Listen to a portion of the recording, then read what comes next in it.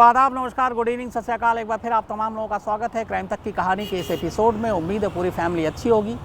कल मंडे, कल के कहानी नहीं थी, उसके लिए माफ़ी चाहता हूँ, क्योंकि संडे को ही मुंबई से लौटा था और बहुत सारे काम पेंडिंग थे और उस काम के बीच में कहानी लाइव या रिकॉर्ड करने का मौका नहीं मिल पाया और कुछ और भी टेक्निकल चीज़ें थी। लेकिन खैर, कभी कभी ऐसा होता है जब बिज़ी होता हूँ। आज थोड़ा सा लोकेशन देख के आप लोग कुछ चौंके भी होंगे। ये पार्लियामेंट हाउस है, ठीक मेरे पीछे संसद भवन। मेरी अपनी ज़िंदगी की जितनी बड़ी क्राइम स्टोरीज़ मैंने कवर की, उनमें से शायद पहला ये था और ये पहली जगह थी पार्लियामेंट हाउस। मेरे लिए क्या, इस देश के लिए भी शायद सबसे बड़ी कहानी थी जब संसद भवन पर आतंकवादी हमला हुआ था 2001 में। और इसी जगह पे मैं लगभग 1 महीने तक था। हर दिन यहीं से रिपोर्टिंग हो रही थी और सब कुछ यहीं था, एक्शन भी यहीं था। और जिस दिन ये अटैक हुआ उस दिन से लेकर 3 दिन तक तो मैं घर भी नहीं गया था, पहले भी आपको बताया।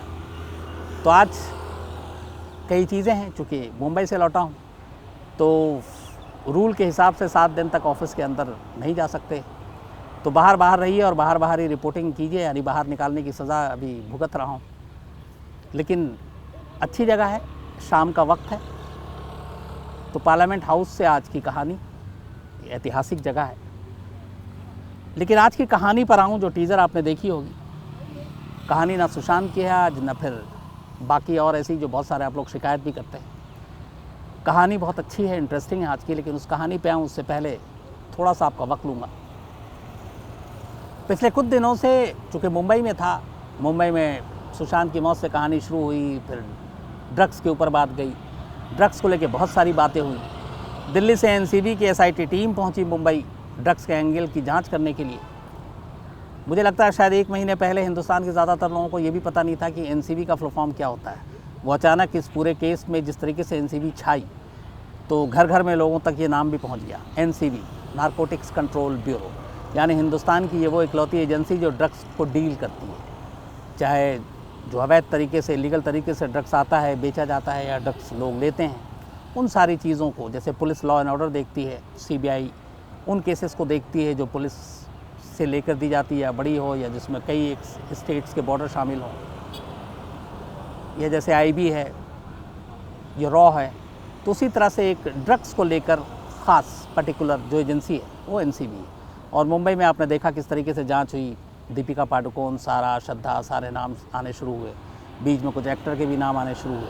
जो दिल्ली से एनसीबी की टीम गई, जिसको लीड कर रहे थे डिप्टी डायरेक्टर केपीएस मल्होत्रा, वो भी सैटरडे को ही दिल्ली लौटे। करीब 1-1.25 महीने मुंबई में थे। यहाँ आने के बाद उनको, चूँकि सरकारी अफसर हैं, तो प्रोटोकॉल के तहत उनके भी कोविड टेस्ट किया गया और बदकिस्मती से वो पॉजिटिव निकले। और अभी हालांकि वो एसिम्टोमेटिक हैं, ठीक ठाक हैं, और लेकिन अब करीब 20 दिन तक वो एक्शन से दूर रहेंगे। और चूँकि मुंबई में जो समीर वानखेड़े हैं, जो दूसरी टीम को लीड कर रहे थे एनसीबी की, उनके साथ लगातार केपीएस मल्होत्रा दोनों आपस में मीटिंग करते थे, मिलते थे, तो मुंबई नारकोटिक्स कंट्रोल ब्यूरो की टीम को भी और समीर वानखेड़े और उनके साथ के लोगों को भी 7 दिन के लिए क्वारंटीन कर दिया गया है। तो मुझे लगता है कि अगले 10, 12, 15 दिन शायद एनसीबी का बहुत बड़ा एक्शन देखने को अब ना मिले मुंबई में। जो हीरो की बात आ रही थी शायद वो भी टल जाए। तो फ़िलहाल कम से कम 10 दिन तक तो आप मान के चलिए कि एनसीबी की तरफ से कोई बड़ा एक्शन, कोई बड़ी चीज़ें मुमकिन नहीं है, क्योंकि टॉप के जो इनके ऑफिशियल्स हैं, या तो वो पॉजिटिव पाए गए हैं या फिर क्वारंटीन में। लेकिन इसी एनसीबी ने जो ऑपरेशन चलाया, उसको लेकर, ड्रग्स को लेकर भी हम सब बहुत सारी बातें करने लगे। और एमएक्स प्लेयर पे, हालांकि इस केस से उसका कोई लेना देना नहीं है, जो एनसीबी की टीम गई और सुशांत के मौत के बाद सारी चीज़ें ड्रग्स से आ गई। लेकिन ड्रग्स के इस पूरे सिंडिकेट्स, ड्रग्स के इस पूरे बिजनेस, ड्रग्स को लेके माफिया, ड्रग्स को लेके माफिया का वर्ल्ड, ड्रग्स को लेके खून खराबा, इन सारी चीज़ों के ऊपर एमएक्स प्लेयर पे एक शो आ रहा है, बल्कि एक सीरीज़ है, वेब सीरीज़, जिसका नाम है हाई। तो हाई नाम की ये नई वेब सीरीज़ है जो एमएक्स प्लेयर पे आ रही है और 9 एपिसोड की ये वेब सीरीज़ है। इस वेब सीरीज़ में न सिर्फ ड्रग्स की पूरी दुनिया का जो सच है वो दिखाने की कोशिश की जाएगी। इसमें ड्रग्स के कारोबार से जुड़े पेडलर्स, सप्लायर्स, नेटवर्क की जो बड़ी मछलियां हैं, और जो छोटी छोटी मछलियाँ आपने देखा होगा एनसीबी ने जो पकड़ी हैं अभी छोटे छोटे पेडलर्स, पर अभी तक बड़ी मछलियाँ नहीं पकड़ी गई, लेकिन इस सीरीज़ में बड़ी मछलियाँ भी आपको उन तक भी जाने की कोशिश की जाएगी। इस शो की ख़ास बात यह है कि ड्रग्स बहुत सारे आपने नाम अभी सुने होंगे, एमडी से लेके गांजा, चरस, कोक और भी कई सारी।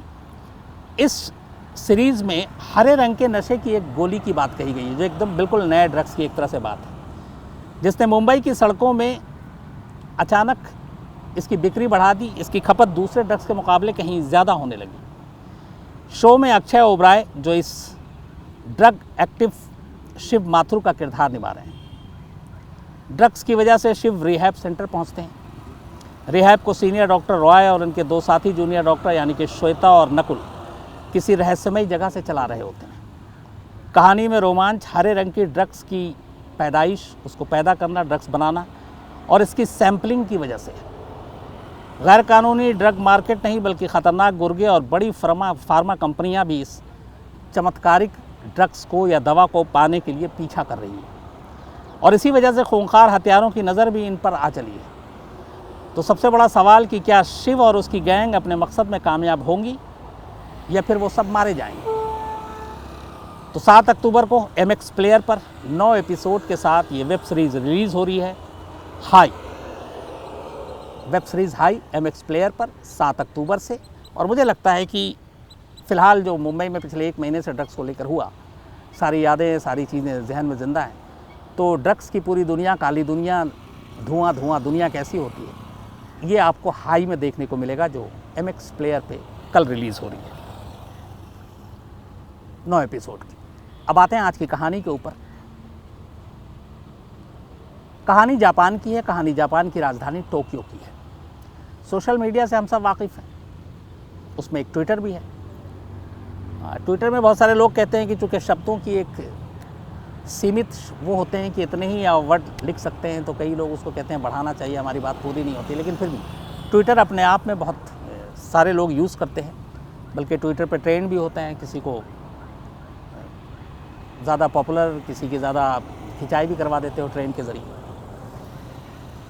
तो ये कहानी जापान की राजधानी टोक्यो की है। बात 2017 की है। 23 साल की एक लड़की अचानक गायब हो जाती है। उसका भाई बहुत ढूंढता है, पुलिस में जाकर रिपोर्ट लिखाता है, बहन का कोई सुराग नहीं मिलता। उसका भाई सोशल मीडिया पे बहुत एक्टिव था, जिसकी बहन गुम हुई थी, और वो एक तरह से हैकर भी था, हैक भी कर लेता था।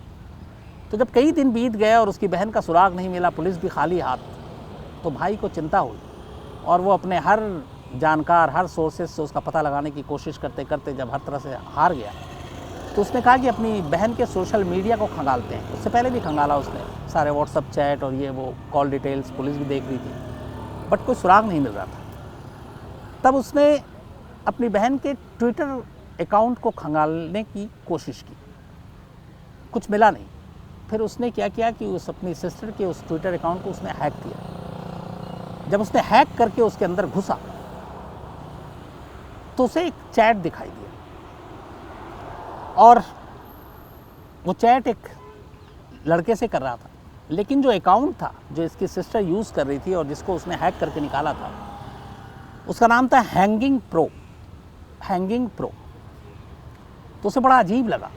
उसने उस ट्विटर अकाउंट को चेक किया और उसमें देखा कि एक लड़का है जिससे उसकी सिस्टर बात कर रही थी, और बड़ी अजीब बात हो रही थी। वो मौत की, मरने की, इस तरह की बातें हो रही थी, सुसाइड की।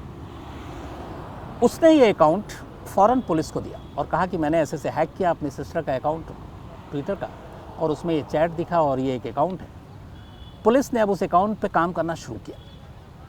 काम करते करते पुलिस उस अकाउंट को जिसने बनाया था, क्रिएट किया था, उसका पता लगाने में कामयाब रही।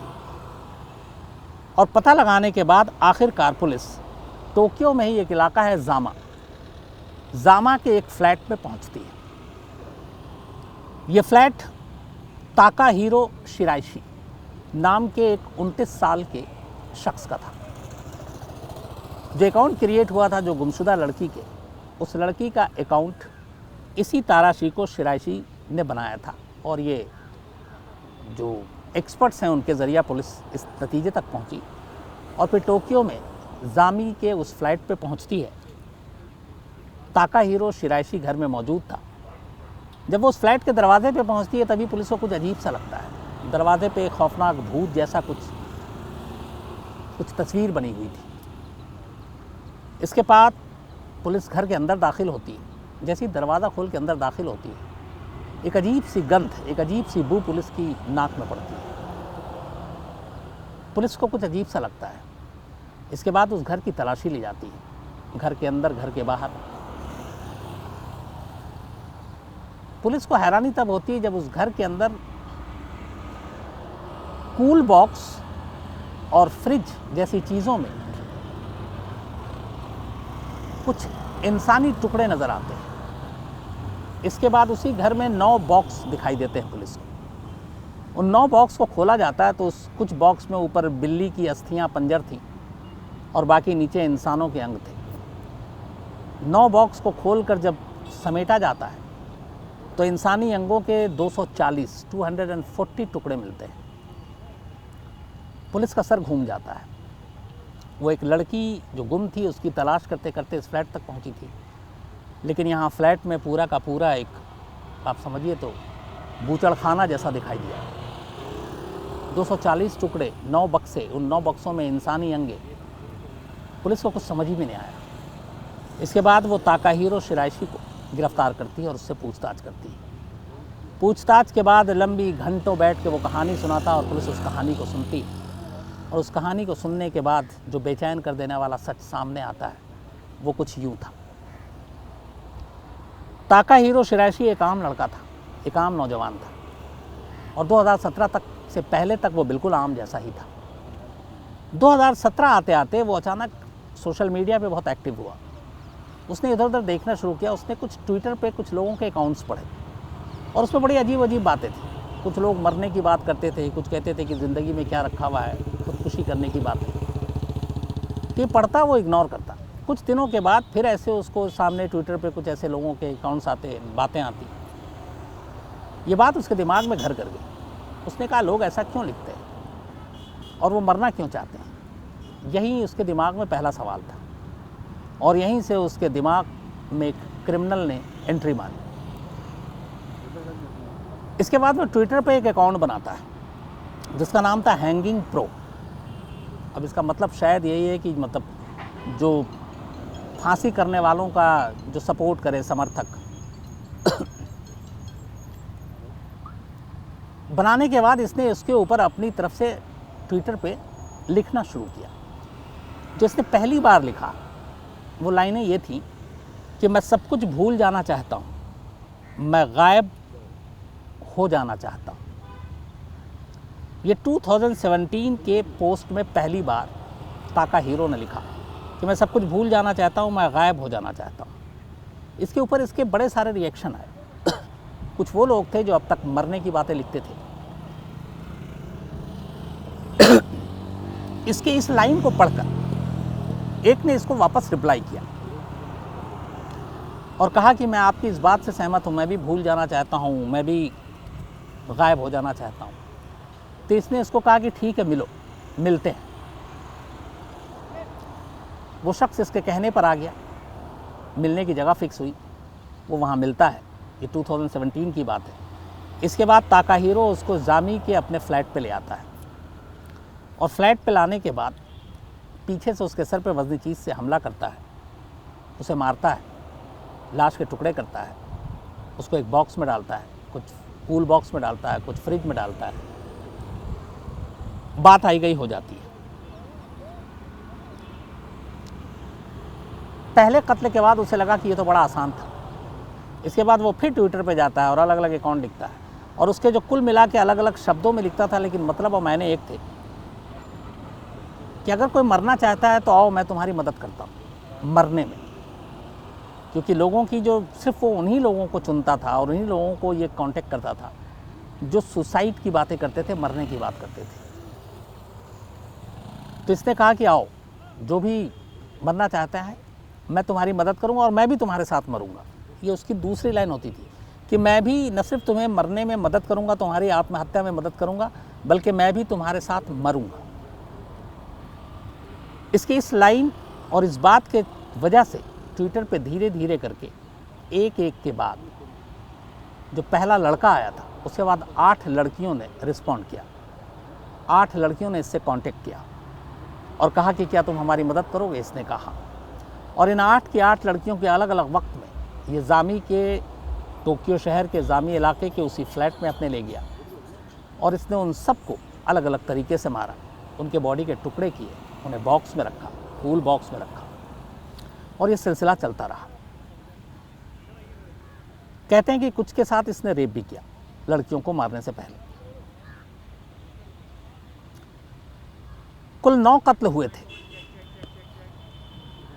लेकिन 8 कत्ल के बाद जो नवी लड़की जिसको इसने कांटेक्ट किया ट्विटर पे और उसको भी अपने घर ले गया और फिर उसे मार डाला, उसी लड़की के भाई ने अपनी बहन की गुमशुदगी की रिपोर्ट लिखाई, यानी कि ताकाहीरो के हाथ से मारी जाने वाली जो नवी विक्टिम थी वो लड़की थी। तो वो जब गुम हो गई तब उसके भाई ने पुलिस में इन्फॉर्म किया और फिर उसके ट्विटर को जब हैक किया तो ये चैट सामने आया, हैंगिंग प्रो, और इस चैट के ज़रिए पुलिस ताकाहीरो तक पहुंची और उसके बाद उसे गिरफ्तार किया। अगर उस भाई ने अपनी बहन के ट्विटर अकाउंट को हैक न किया होता और इस अकाउंट तक न पहुंचा होता तो शायद मौत का ये सिलसिला 9 तक नहीं रुकता, बल्कि इससे ज़्यादा भी बढ़ सकता था। उसकी एक वजह और भी है कि जापान में बहुत सारे लोग, जापान दुनिया के उन देशों में है जहाँ पे सबसे ज़्यादा लोग सुसाइड करते हैं। एक एवरेज साल में 20,000 के करीब वहाँ पे लोग सुसाइड करते हैं। तो जापान के अंदर एक सुसाइड की टेंडेंसी बहुत ज़्यादा है और इसलिए बहुत सारे लोग सोशल मीडिया पे ओपनली लिखते हैं, और उसी चीज़ का ताकाहीरो फ़ायदा उठा रहा था और उसी चीज़ का उनको मौत देकर कि आओ तुम मरो, तुम आत्महत्या करो, मैं तुम्हारी मदद करूंगा, मैं तुम्हारे साथ मरूंगा। उसने एक के बाद एक 9 कत्ल किए। 9 कत्ल के बाद पुलिस उसे गिरफ्तार करती है, अदालत ले जाती है। कानून के हिसाब से उसे वकील दिया जाता है। वकील थोड़े तेज़ थे, वो ताकाहीरो को समझाते हैं कि देखो तुमको सज़ा कम हो सकती है अगर तुम हमारे कहने पर चलो, और वरना तुम्हारी मौत की सज़ा तय है। जापान में जो सज़ाए मौत है वो भी फांसी है, जैसे हिंदुस्तान में है। तो उस वकील का ये कहना था कि अगर तुमको मैं ये कोर्ट में साबित कर दूं कि तुमने लोगों का कत्ल नहीं किया बल्कि सिर्फ उनके मरने में उनकी मदद की है, वो ऑलरेडी मरना चाहते थे, वो सुसाइड करना चाहते थे, वो आत्महत्या करना चाहते थे, तो तुमने उन्हें कत्ल नहीं किया, तुमने उन्हें मारा नहीं, बल्कि तुमने उनकी सहमति से उनको मरने में मदद की है। और यही चीज़ वकील ने कोर्ट में कहा। ताकाहीरो यहाँ पे थोड़ा सा डिफरेंट निकला। वो हंसा अपनी वकील के बात पे। उसने कहा मैंने किसी को किसी की सहमति से नहीं मारा, मैंने सीधे कत्ल किए, बट मुझे खुशी इस बात की है कि 9 कत्ल करने तक पुलिस को पता भी नहीं चला और वो मुझे पकड़ भी नहीं पाए। तो ये मेरे लिए सबसे बड़ी खुशी की बात है। तो अपने इस चीज़ पे कि मुझे पुलिस पकड़ नहीं पाई और मैंने 9 कत्ल कर दिया, उसे ज़्यादा खुशी थी। और इसीलिए उसने कोर्ट में आखिर में यह मान लिया कि 9 के 9 कत्ल मैंने पूरे होशो हवास में किए हैं, मैंने किसी की सहमति से नहीं किए हैं, बल्कि उनको मरना था, आत्महत्या उन्होंने करना चाहते थे, ऐसी बातें लिखी थी, मैंने सिर्फ मदद की, लेकिन उनमें से किसी की मर्ज़ी से नहीं किया। और ये बात पोस्टमार्टम रिपोर्ट से भी साबित हो गई कि 9 के 9 जो कत्ल किए गए थे, जो घर से लाशें और टुकड़े मिले, सभी के सर के पिछले हिस्से में किसी वजनी चीज़ से हमला करने के निशान और सबूत मिले। यानी 9 के 9 लोगों को पीछे से मारा गया, उनकी आंखों के सामने नहीं मारा गया, यानी धोखे से मारा गया। ये मामला वहाँ की कोर्ट, वहाँ की मीडिया में सुर्खियों में रहा और ख़ुद ताकाहीरो के इस स्टेटमेंट ने जो वकील की प्लानिंग थी उससे उसको अलग कर दिया। तो ये मामला अभी भी वहाँ कोर्ट में है। लेकिन ये एक अजीब कहानी है कि ट्विटर पर जाकर लोगों को मरने और मारने की आप न्योता दे रहे हैं, फिर बुलाते हैं और मारते हैं, और एक के बाद एक आप 9 कत्ल करते हैं। पूरे जापान में इस किलर का नाम ट्विटर किलर के नाम के तौर पर एक तरह से कुख्यात भी हुआ, और इस कहानी को वहाँ ट्विटर किलर के नाम से ही लोग जानते हैं। केविन बैरोट हमारे क्राइम तक फैमिली के मेंबर हैं, इन्होंने मुझे ये कहानी भेजी थी, तो thank you very much Kevin.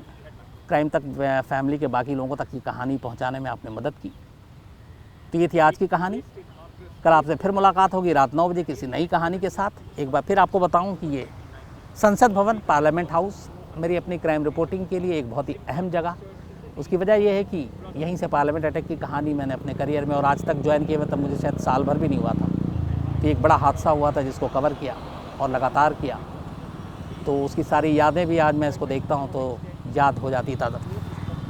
यही गेट था जिसके बाहर हम लोग खड़े रहते थे और पुलिस की टीम एक्शन में थी और अंदर उस वक्त भी कुछ आतंकवादी ज़िंदा थे। अब मैं कैमरामैन से कहूँगा थोड़ा सा आपको कैमरा घुमाता हूँ कि जो पूरी दिल्ली में रिपोर्टर्स जो होते हैं, पार्लियामेंट सेशन चलता है तो जो आप लाइव देखते हैं सारी बातें होती हैं, ये है विजय चौक। मैं कैमरामैन विनोद शिकारपुरी से कहूँगा, ये देखिए हमारे अंकित त्यागी हैं, इस वक्त इंडिया टुडे के लिए लाइव कर रहे हैं। ये है विजय चौक, जहाँ पे सारी टीमें सुबह से आ जाती हैं और शाम तक यहीं डेरा डाले रहती हैं और यहीं से लाइव होता है, यहीं से सब कुछ होता है।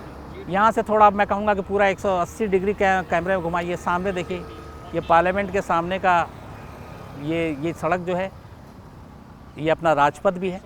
26 जनवरी को जब आप परेड देखते हैं और ये राइट में आए तो ये देखिए नॉर्थ ब्लॉक है और ये साउथ ब्लॉक है, जो डिफेंस मिनिस्ट्री, फाइनेंस मिनिस्ट्री, और इसी के सीधे सड़क पे जाएंगे तो राष्ट्रपति भवन है सामने बिल्कुल। इस नॉर्थ और साउथ ब्लॉक के बीच से ये जो सड़क जा रही है, दिल्ली बहुत खूबसूरत दिखती है यहाँ से। और इस सड़क पे अगर खड़े हो जाएं तो अपोजिट साइड में आपको इंडिया गेट दिखाई देगा। तो ये है देश नहीं दिल्ली की, बल्कि कहें तो वो जगह जहाँ से हिंदुस्तान को चलाया जाता है। मतलब जो पूरी शक्ति और ताकत है हिंदुस्तान को चलाने की, जो सबसे ताकतवर लोग हैं वो इन्हीं ऑफिस में बैठते हैं। और जो हिंदुस्तान की तकदीर लिखी जाती है, हिंदुस्तान के लिए सारे कानून बनाए जाते हैं, हिंदुस्तान के लोगों के लिए क्या कुछ होना है, वो सब कुछ इस पार्लियामेंट हाउस के अंदर तय होता है। यहीं सारे कानून बनते हैं, यहीं सारे संविधान होते हैं, सब कुछ यहीं होता है। तो आज कहानी इसी जगह से, ताकि एक साथ कहानी भी और आपको थोड़े दिल्ली की शाम और दिल्ली की अहम इमारतों को भी दिखा दें। तो thank you very much Vinod Shikarpuri. तो आज इतना ही कहानी में, लेकिन कहानी ख़त्म करने से पहले फिर एक बात आपको ही बताऊं कि कल 7 अक्टूबर वेब सीरीज़ MX प्लेयर पर हाई, ड्रग्स की दुनिया की हकीकत, ड्रग्स की दुनिया का काला सच, ड्रग्स को लेकर और ख़ास तौर पर एक ग्रीन कलर के ड्रग्स को लेकर एक पूरी कहानी बुनी गई है। क्या है पैडलर से लेकर माफिया और उन तमाम लोगों का सच क्या है। तो कल से 9 सीरीज़ का ये वेब सीरीज़ MX प्लेयर पर आ रहा है, 7 अक्टूबर को रिलीज़ है। तो ज़रूर देखिए और फिर देखकर बताइएगा आपको कैसा लगा। तो आज इतना ही, कल फिर मुलाकात होगी रात 9 बजे किसी नई कहानी के साथ। तब तक अपना ख्याल रखिए। Thank you very much.